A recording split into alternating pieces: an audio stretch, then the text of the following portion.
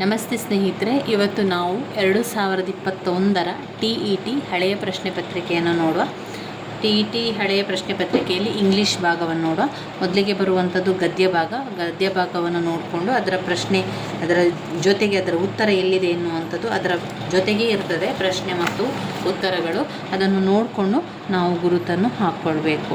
ಇದಾದ ನಂತರ ನಮಗೆ ಬರುವಂಥದ್ದು ಪದ್ಯ. ಆ ಪದ್ಯ ಭಾಗವನ್ನು ಕೂಡ ಹಾಗೆ ನಾವು ಜಾಗರೂಕತೆಯಿಂದ ಪದ್ಯದ ಜೊತೆಗೆ ಪ್ರಶ್ನೆಯ ಜೊತೆಗೆ ಉತ್ತರಗಳಿರುವುದರಿಂದ ಅದನ್ನು ನೋಡಿ ನಾವು ಉತ್ತರವನ್ನು ಬರೀಬೇಕು. ಇನ್ನು ನಾವು ಗ್ರಾಮರ್ ಭಾಗ ಮತ್ತು ಬೋಧನಾಶಾಸ್ತ್ರವನ್ನು ನೋಡಿಕೊಳ್ಳುವ. 46ನೆಯ ಪ್ರಶ್ನೆ, the flour use to make bread. Flour use to make bread dash from wheat plant. The correct verb form is filled in the blank is from a wheat plant. Can you ride a motorbike? This statement end with question mark. 48ನೇ ಪ್ರಶ್ನೆ, the economy of India is based on farming. 49ನೇ ಪ್ರಶ್ನೆ, Anush is boy in the class, tallest boy in the class. 50ನೇ ಪ್ರಶ್ನೆ, the man is poor dash honest. The man is poor but honest. 51ನೇ ಪ್ರಶ್ನೆ, ELT ಅನ್ನು full form ಹೇಳಬೇಕು.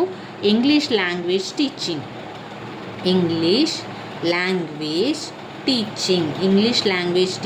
ELT. 52ನೇ ಪ್ರಶ್ನೆ, in the second language scenario is a ಫ್ಲೂವೆಂಟ್.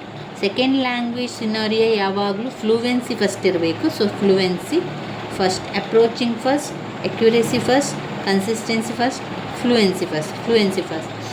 53, there is a difference in the length of the vowel sound. This statement is the difference in the length of the vowel sound. True.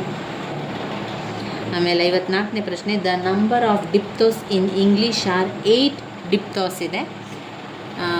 ಒಟ್ಟು 20 ಅದರಲ್ಲಿ ಬರುವಂಥದ್ದು. ಒಟ್ಟು ಅದರಲ್ಲಿ 7 ಡಿಪ್ತೋಸ್ ಮತ್ತು 7 ಡಿಪ್ತೋಸ್ ಇದೆ.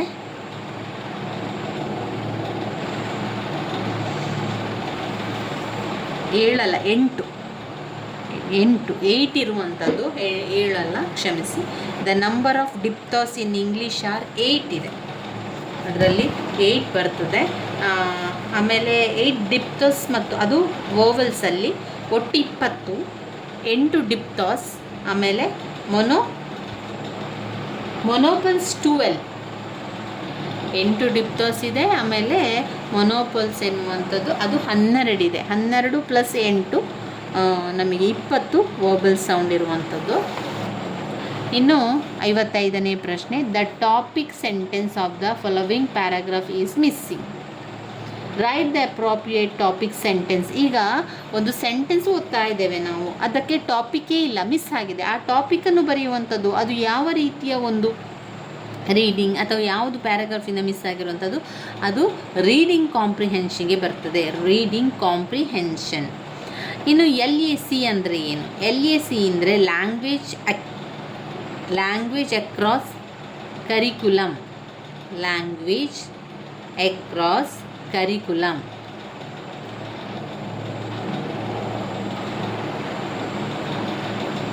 57ನೇ ಪ್ರಶ್ನೆ, teacher uses many teaching learning resource in the teaching of English.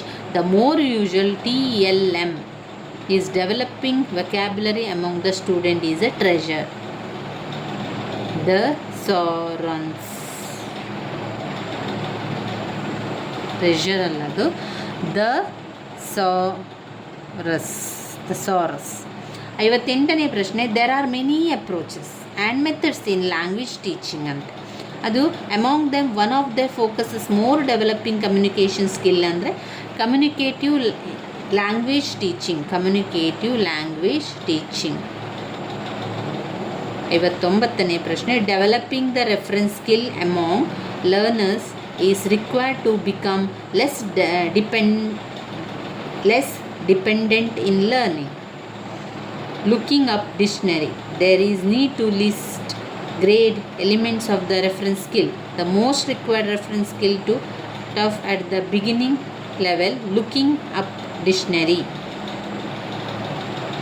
ಇನ್ನು 60ನೇ ಪ್ರಶ್ನೆ, developing imagination is a important objective language teaching. The teacher the next types of helps developing imagination ಮಾಡಿ ಆ ಒಂದು ಡೆವಲಪ್ ಮಾಡೋದು. ಡೆವಲಪಿಂಗ್ ಇಮ್ಯಾಜಿನೇಷನ್ ಅಂತ ಹೇಳಿದ್ರೆ story ಹೇಳುವಂಥದ್ದು, ಕತೆ ಹೇಳುವಂಥದ್ದು. ಇದು 60ನೆಯ ಪ್ರಶ್ನೆಗೆ ಉತ್ತರ ಆಗಿದೆ. ಇವಿಷ್ಟು 2021ರ ಇಂಗ್ಲೀಷ್ ಹಳೆ ಪ್ರಶ್ನೆ ಪತ್ರಿಕೆಗಳಲ್ಲಿ ತಿಳ್ಕೊಂಡಿರುವಂಥದ್ದು. ಮುಂದಿನ ವೀಡಿಯೋದಲ್ಲಿ ಇನ್ನಷ್ಟು ವಿಚಾರಗಳನ್ನು ತಿಳ್ಕೊಳ್ಳುವ.